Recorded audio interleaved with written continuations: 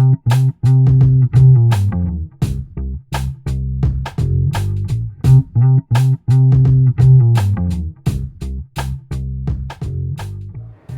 ultimo adios ayon kay Original Brown Boy.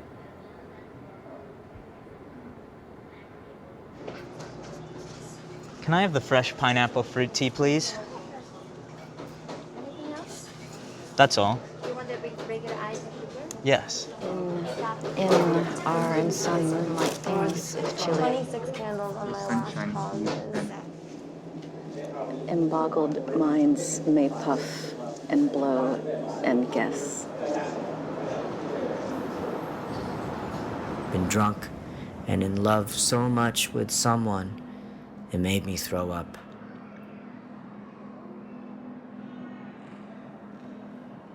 Some kind of wonderful Chardonnays.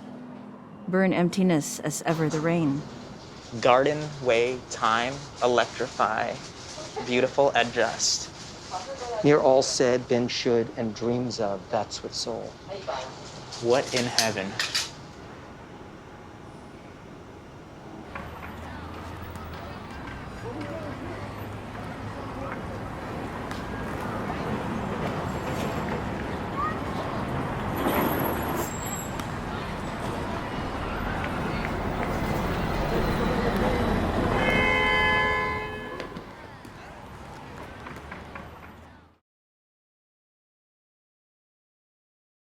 Hi. Hi. Hello. Can you hear me okay? Oh yeah, very well. Great. Fantastic. There's no ambient noise. See, no Lynn, he doesn't have to, Paolo doesn't have to worry about his background at all. Kind of nice. You're in a dust storm. Yes, I am. Yeah, absolutely. The wonders of filtering. Blurring. Did you want to say something, Lynn? I wanted to introduce you to. Let's see, who have I known longer? Paolo. Paolo, I've known for more than a decade or so, and we know each other through film intersections. He actually met Mark first was it in Seattle or Portland? Seattle. What? That I met Mark? No. Mark actually came to BC, to Vancouver. And there was a micro cinema space that Mark presented at, and I just joined him for a beer. He invited the audience to come join him for a beer, and I did. And it was a year before, or maybe half a year before, I was supposed to move to New York. So. And then you thought, well, Mark's there, I'm just going to go. Yeah, stock Mark. Stock Mark. Absolutely. You'd be surprised how many people will move to New York based on Mark's being there. But well, Mark, count me talking about Mark guilty. Street. Mark Street is your husband, Lynn. Yeah. We have to share that information. Oh, that's right. You're already recording. My goodness. I just decided. Yeah. I mean, I always start a little informally. It's my thing, and then people inevitably don't know me, unlike yourself, but more like Paolo, would ask, have we started yet? And I'll be like, yes, I apologize. But I don't do that begin, because it kind of just, I like the way it feels. Anyway, you guys known each other. When did you guys, have you had, this is the first time you've collaborated or? All right, see. Oh yeah, nodding doesn't work. This is a video cast, right? Not a podcast. It's going to be, I sense I will, as we get closer to BAMcinemaFest, because not to bury the lead, the short we're going to talk about called Swerve, based on a poem by Paolo, correct? Correct. I know it's correct. Is going to have its festival premiere. Can we say that? Is that right? At BAMcinemaFest on Sunday. It's on the Sunday, the 26th of June. Yeah, but is this the premiere or no? The world premiere. World premiere, Brooklyn premiere, East Coast premiere. Right. Global cosmic. Yeah. Well, I'm glad. I love BAMcinemaFest, and I just spoke to Jesse Trussell earlier today. And for those who may not know, Jesse is the senior programmer at BAM, cinema, and so I've always loved that festival, but I almost thought, well, this would be good too if you showed at Queens World Film Festival, but this is a very prestigious as is Queens, but it's you or Paolo are you were the Queensborough Poet Laureate. Yes, from I 2000. am. Yeah, I'm the former Poet Laureate of Queens. I say former just out of respect for the current Poet Laureate, Maria Lucella, who's terrific. I served from 2010 to 2014. Yeah. So. I'm from Queens, so. Oh, you are? Yeah. Where? Oh my gosh, amazing. Yeah. I'm from as I say, the mean streets of Forest Hills. Love, hey, that's where Peter Parker's from, right? So. Is that right? Well, Yeah. my son, I guess it looks like he's from Flushing or something, but there's no elevated subway in Forest Hills. Oh no, I'll tell you. I have two daughters. My youngest one worships Brooklyn Spider-Man, Miles Morales, but watched and knows that the recent Spider-Man films were shot in our former neighborhood of Sunnyside. And actually, my eldest daughter and I watched a filming of one of the key scenes in the first. Oh, yeah. And it happened to have taken place in the apartment of the aunt of a former student of mine. So truly Queens. Wow. That truly is Queens. Yeah. Oh yeah, that is real Queens. I'm glad they did that. Hey, Lynn, do you ever guess in a million years that we'd spend your this segment talking about Peter Parker and Spider-Man? Or actually, this all of this conversation around Queens and the special things and people from there is exactly what Paolo and I would have wanted from this movie to generate that conversation. So I'm all for it. Great. Well, that's why I love it. Who is Peter Parker? I don't know. He's Spider-Man. He's the he is Spider-Man. Okay. alter alias of the alias. Where did you shoot Swerve? Now that we're talking about Queens locations. Yeah, it's interesting in the world of filmmaking. We always talk about locations. And this was not such an easy location to arrange. It took months of planning. We knew from the start we wanted to shoot this film in an indoor food market, and we wanted it to be in Queens. And I had been with Paolo, his invitation, to the Hong Kong food market, which when I had been there probably 3.5 years ago, was a super lively place that not only was named for Hong Kong, but resembled Hong Kong in its eclectic, international vitality, delicious food from so many different Asian cultures. And so we just had it in our mind, we're going to go there, but it would have had to have happened by going backwards in time because of what we call the pandemic. So we knew that the Hong Kong food market was still open, but getting people together in an enclosed space where they would be eating was, first of all, kind of awkward. But we shot the film in the summer of 2021, so just about a year ago exactly. And so things were beginning to open up, and Paolo and I were like asking people to be performers in this film, and this idea that they would be speaking not in languages of various cultures of Queens, but in the language of poetry that came right from Paolo's book. So we had this whole vision. And then the Delta variant landed basically a few days before we were supposed to shoot. So we had 5 performers, a small crew of sound recordists, some production assistants, camera person. It was like a real movie set we were going to be creating for one day. So if we canceled it, it would have been months and months before we could have set it up again. So Paolo and I said, we're going to go forward. We're going to shoot it in Elmhurst, Queens, as we always thought, but we're just going to confront what I call the daunting now by wearing masks.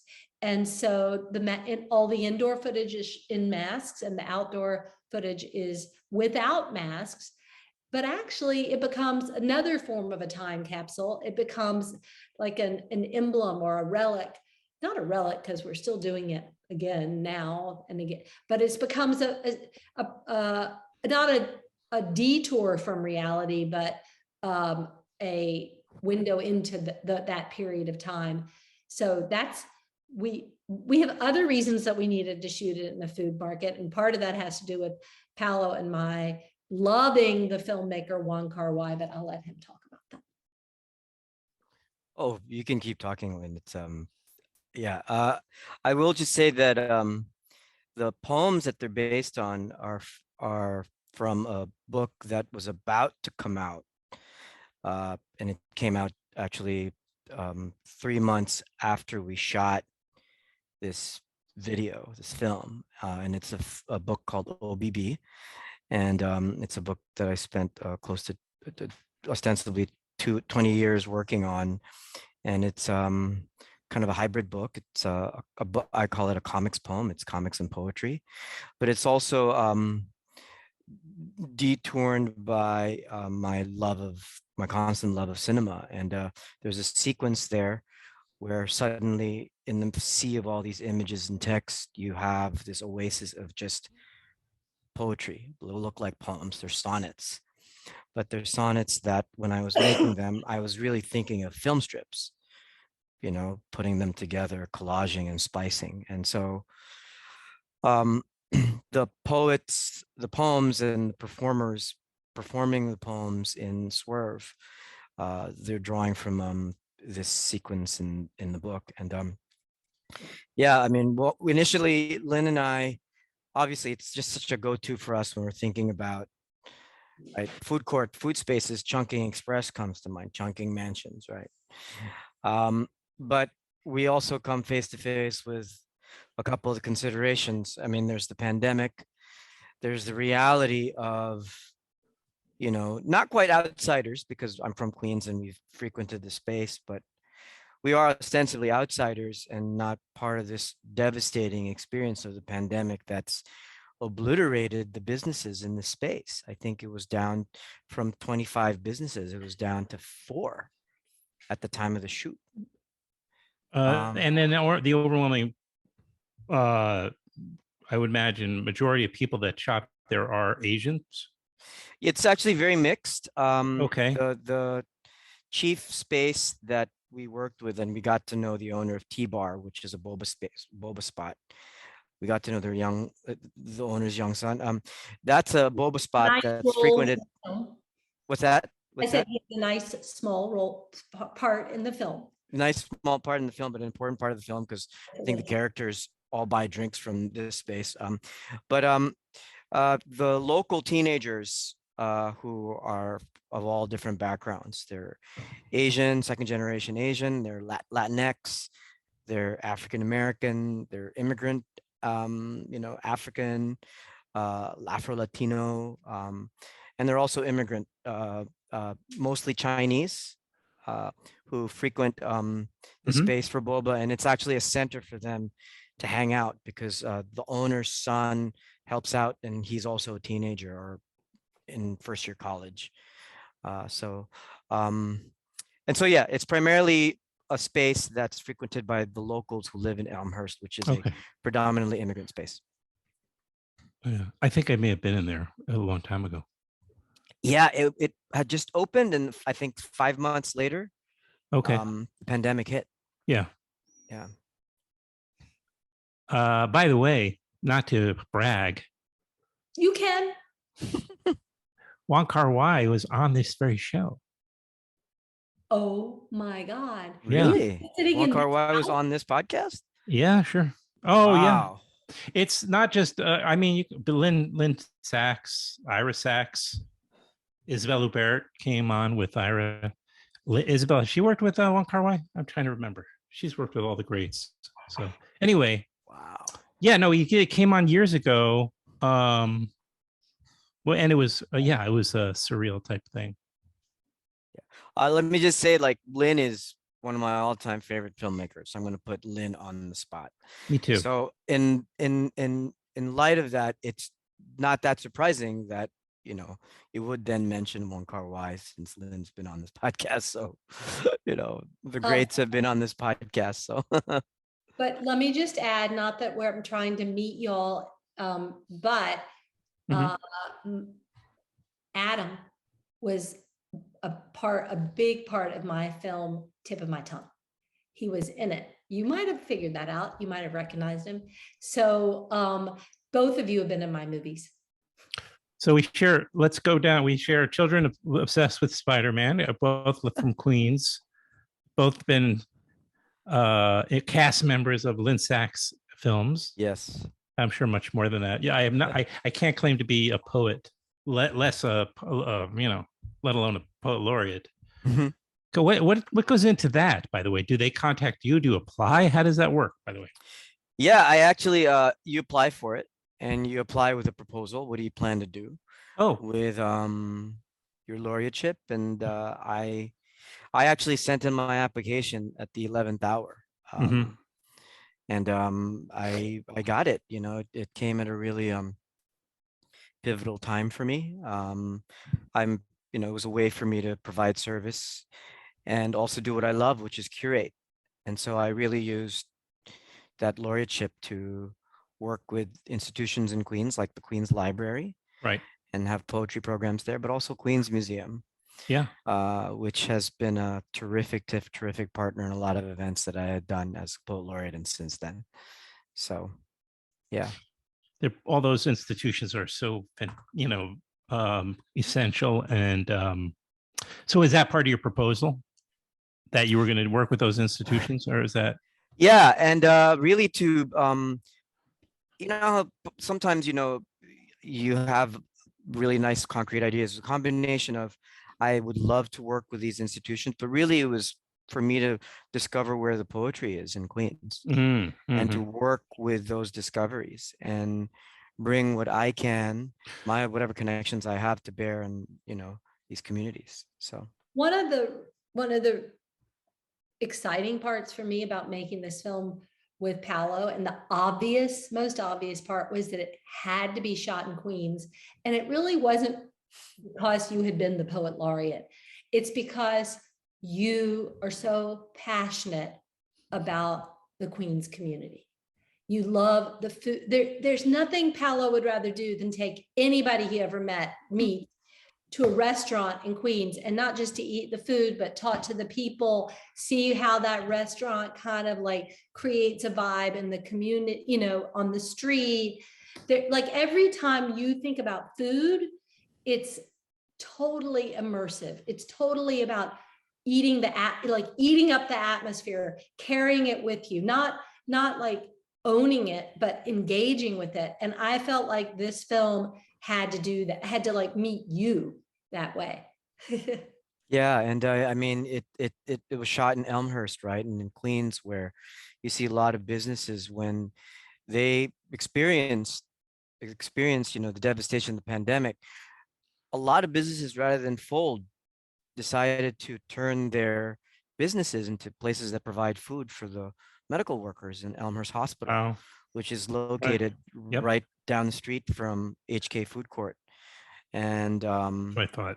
that's exactly what a lot of these spaces, right, became. And so that these are not just food stalls or like restaurants. I mean, they're real lifelines to survival. So they went from being, they just became service kitchens. Service kitchens, yeah. Yeah, Yeah. amazing thing. It's an amazing thing. And Lynn, do you know ahead of time if this is going to be a short, say? Because to remind people, this is in the short block 2. There's 2 blocks of shorts at this year at BAMcinemaFest. This is in the second one again. It's on Sunday, the 26th at 1:30. Just to remind people. Oh, you're really good. Thank you. Okay. And I want to say something else about Paolo's book. Paolo, do you have a copy that you could? Yeah, I was going to ask you to show it maybe if you have one handy. Maybe I'll. Well, I do have it. Give me 1 second. Okay. I'll go get it for you. Oh yeah. Well. Okay. Man, is he just awful? He's just a terrible guy. My God. And then I'll just wait. to I can answer. edit this. Yeah. Oh, there it is. Look at that. Okay. So we didn't, oh, hold it. It's hard to see because of your filter. It's almost, you might have to, there it is. There. A little lower, a little lower. There it There. is. Very good. And how can somebody get a copy? Well, Just- for you, I'm happy to send you a copy, but otherwise go on to nightboat.org and type in the title OBB, and you can get a What copy is, from. let's put, what's the name of the website again? Just so we can put it at the end of the Yeah, sure. It's nightboat.org. Yeah, nightboat.org. And the name of the book is OBB. It's this is a beautiful, beautiful cover by the artist Francis Estrada. Okay. Yeah. So yeah. So thank you for that plug. That's what we do. It also has lots of drawings. It's very visual. Oh, right. He mentioned there's graphic nature to it. Yeah. Yeah. So I always knew this was going to be a short. Okay, I'm going to say this. It's going to sound so cliche-ish, but it did come to me in a dream. Usually things come Wow. to me in dreams. Wow, it came to you in a or dream. in the bathtub. So in a dream of, I guess, I thought, okay, I want to make this film with Paolo, and I don't want it to be poetic. I don't want it to be like an interpretation of the poems. I want the poems to exist in the world. I don't want poetry to, as you would say when you were poet laureate, I don't want poetry to be elite. I don't want poetry to just be on the page. But I find that people don't really feel, a lot of people don't know how to go from hearing poetry to listening to poetry. So they hear it, but it doesn't like enter them in a soulful way. So I thought, okay, what people like about movies is watching other people, watching performers, watching the real world pass by. What they don't want to see is a poem, being illustrated or any of that. I don't like that. So I thought, well, how do I bring the poems into the world? Oh, I know. I want to shoot it in Queens. Queens is like the most international place, brag in the world, like more languages than you ever have heard in your life. But what about poetry being a language? What about if a bunch of people were roaming around in the HK food market, and instead of speaking their various languages, they're speaking these sonnets? So that was the idea. I'll be right back. I'm getting water. This was like a master class almost in a very abbreviated way from Lynne Sachs, how she kind of processes and a concept for one of her films. Because, as somebody who's much more literal minded and I think conventional in my own process, I'm always wondering how, you come up with these ideas, and here you gave an example of how you arrived at one. It's really pretty special to hear you talk about it. Thank you. Well, I could say that I am not a storyteller. I don't really start with stories. I like stories. I love movies with stories, but my process doesn't start that way. It usually starts with some kind of strange or incongruous, you could say goofy or evolved idea. Well, some call that kind of thing deconstructing stories, perhaps. But do you even do that? Is that okay? Okay. So, this was all about process. And the great thing is that then Paolo and I got to do something that the two of us don't get to do that much, which was cast. We got to cast the performers. So I cast 3 of the people. Oh, no, let me start again. There's 5 performers. I cast 2 of them. Then Paolo cast 2 of them, but then there's one who's kind of a crossover. So Paolo, I'll let you explain your choices and then I'll explain my choices. Yeah, so I thought to invite 2 artists who are from Queens, but there are also 2 artists who I participated in the Queen's Biennial 2018 with, and they're also two friends and dear friends and artists who I just deeply admire. But they actually have ties to the neighborhood, like the playground where we shot part of Swerve is a childhood playground for both of them, and so that's Emmy Catedral and Ray Ferreira, and I think Ray grew up in Corona, and Emmy grew up in Maspeth, but Woodside Elmhurst was, a space for her. Also, liminally, Emmy is sort of like family for me and my family, for my wife and my two daughters. So it was really vital for that Queen's connection, but not to make it too legible, right? It's in the DNA of Lynne's film. So and then I invited two people. One person was Ine Prakash, and who I know as well. Yeah, so Ine I knew as a film curator, but I had also seen him hosting Prismatic Ground last year, which is a film festival that he runs, and he was hosting it basically from a Zoom window. And I just thought he had a lot of charm and charisma on screen. Oh yeah. So I invited him to be in this project, and he immediately said yes. He didn't even want an explanation. He said yes. That's what you do when Lynne. Yes. Right.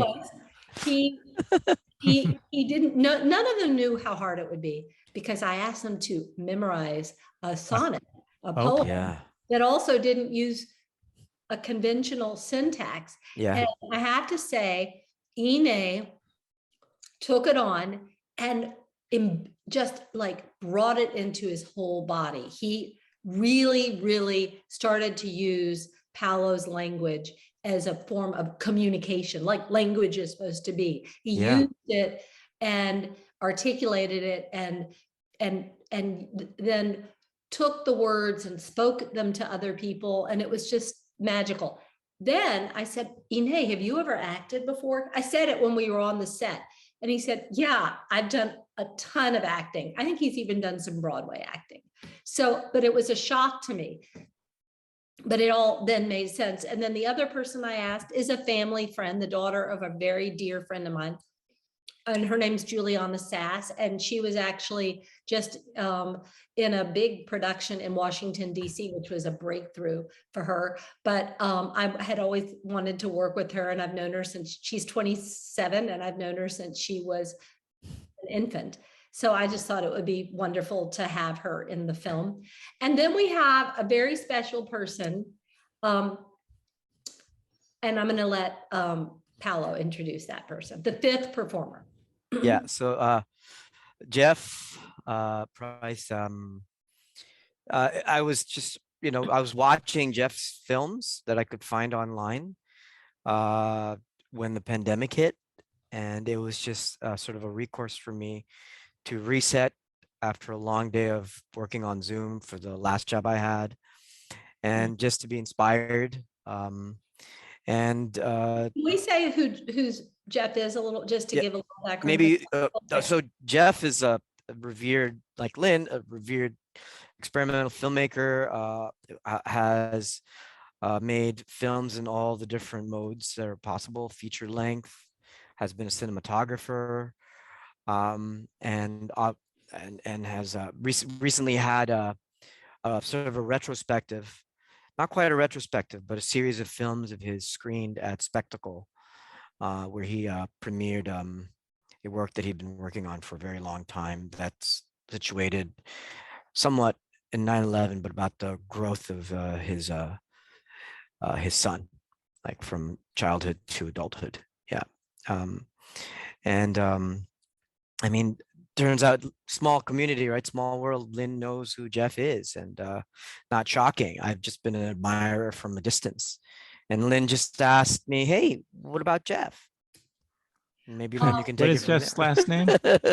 Jeff Price. He actually shot a film you might have seen, because I saw it in the 80s, I think it was, called Let's Get Lost. Yeah. That film on Chet Baker, that's just gorgeous. He made it with Bruce Weber. Yeah. he's a phenomenon. I mean, he is a really noted cinematographer, and he makes feature films. And he works from like Super 8 or regular 8 to probably 35 millimeter. And I do know him. So when Paolo said that, I said, I maybe he'll be in our film. And I don't think he's ever performed in somebody else's film ever. And he was so engaged and so excited, immediately said yes. And one of the great things he did, which you saw in the film, but is that he wrote the whole sonnet on his mask. Yes, he so did. It becomes this very alive mask, and the BAM folks, the Brooklyn Academy of Music people, used that frame for their as the still frame and a poster, because it is engaging. Mm-hmm. And I do want to add that one of the more accessible cinemas of Jeff are his music videos, because he's also noted for making REM's Near Wild Heaven video, where it's shot in Harlem in the early noughts, right? Where you see KRS-One make an appearance, and it turns out a poet friend of mine, Latasha Diggs, when she was a dancer, actually is in that film. So there's definitely intersections with poetry. But he also shot a Mariah Carey video, and I say that this is really fascinating for me because of the length that Lynne's doing short film. So we have this filmmaker who is, a genius in all of these forms, and certainly in the short form, but the music video. And Paolo, I'm getting a lot of static. I don't know if it's a low battery or if something else. I'm getting a lot of. Are you getting static in my background? Okay, is that possibly the AC? No, it's like a crunching sound. Crackly sound. It's definitely your headset. Is it my headset? Can you hear it now? I hear you, but I also hear the Is it still there? Yeah. It's still there? Okay, maybe I should take the headset out. Well, we can also wind down, which would be okay to do as well. But I'm sorry about the coughing, everybody. That's okay. It's okay. This is Filmwax, so anything is under the somewhat normal human behavior is acceptable. And coughing happens, sirens happen, all sorts of things. And I want to mention also, you're in the same block, by the way. Swerve is in the same block as my friend Alex Malice's film. I don't know. Tell us about that film. I can't. Oh, okay. I had it up before, but since I brought it up, let's see if I can find it real fast. Tell us, but I don't even know Alex, so I guess. Oh, you don't know him?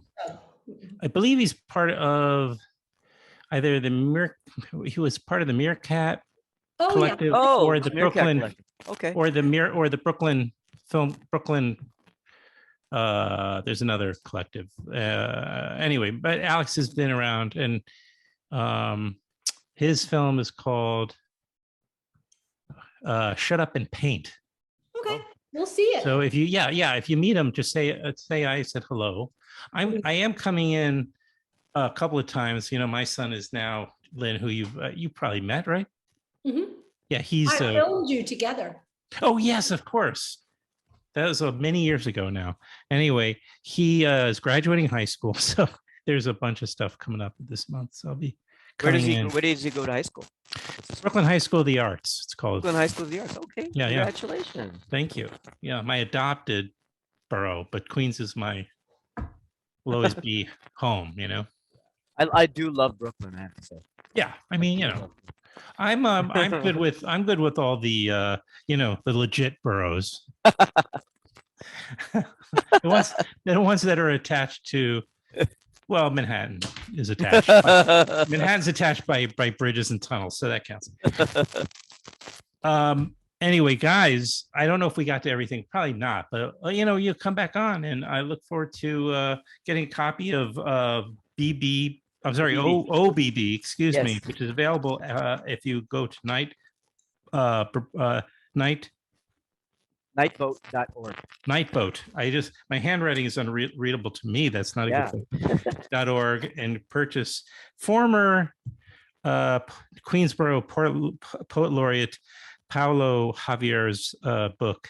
And of course, people go to linnesachs.com and Yes, get, it is. or your Vimeo. I'm sure it's all linked, but you can watch a bunch of your work from there, and come to BAMcinemaFest, because it's a great festival on June 26th. And, Can I give a shout out for one person? as many shout outs as you want to give. Let's. All right. I'd like to give a shout out to Sean Hanley. Yeah. Oh, Because yes. Well, he shot the film. yeah. Sean's great. And I've worked with him on many things, and so has Paolo worked with him. And so we're both super big fans of his image making, and it's really an honor to have him involved. Yeah, I'm a huge fan of Sean's. Yeah. I'm part of Meerkat Collective too. Oh, maybe. Yeah. Yeah, of course, he was on tip of my tongue. So we're friends. Anybody else in the crew? I mean, now you've opened the door. Maybe it's.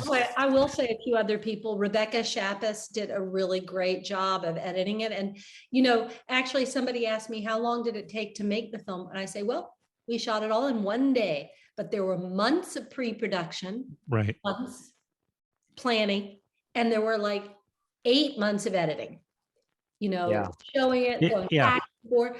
And so, but the shooting was, one day. That's amazing. Yeah. If I may just give a shout out to the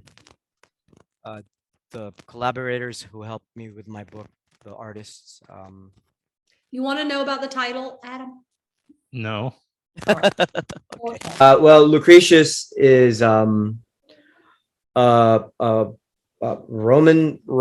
poet who wrote in Latin, who who wrote an Ars Poetica about poetry, but it was also a philosophical tract that poets, since this book was discovered, have really latched onto for their ideas about poetry. And that's atoms, the nature of atoms. The nature of the universe is made up of atoms, and atoms have sort of their directions that they go, but they're known for swerving, right? Having a life of their own. And that's sort of really essentializing it. But the idea for me as an experimental poet is very much anchored in sort of that Lucretian spirit of not anticipating, not knowing where the work is going to go. And that's why I love also cinema. I think that's so intrinsic to cinema for me. It's dislocation. And it takes me to places where I don't expect it. So I think that's where it came from, right? Awesome. Okay. Okay, well, we'll keep if we have to mute you, we can now. Thank you. That was beautiful. I love that, the way you just described it. And there's a lot of great moments that I feel like we got to today. And so I appreciate you both coming on. I'm so glad we can also continue this relationship, Lynn, and with the works. It's a real gift. And Paolo, I hope we have reason to come back and talk again sometime, and anytime really. Whether it's about a future work of yours or Spider-Man, there's bound to be a sequel. I'm just gonna guess. You won't want to invite me to that one. I don't know. Maybe we'll see. You'll have to do a lot of catching up, though. Anyway, thank you guys. Thank you. Thank you. Yeah.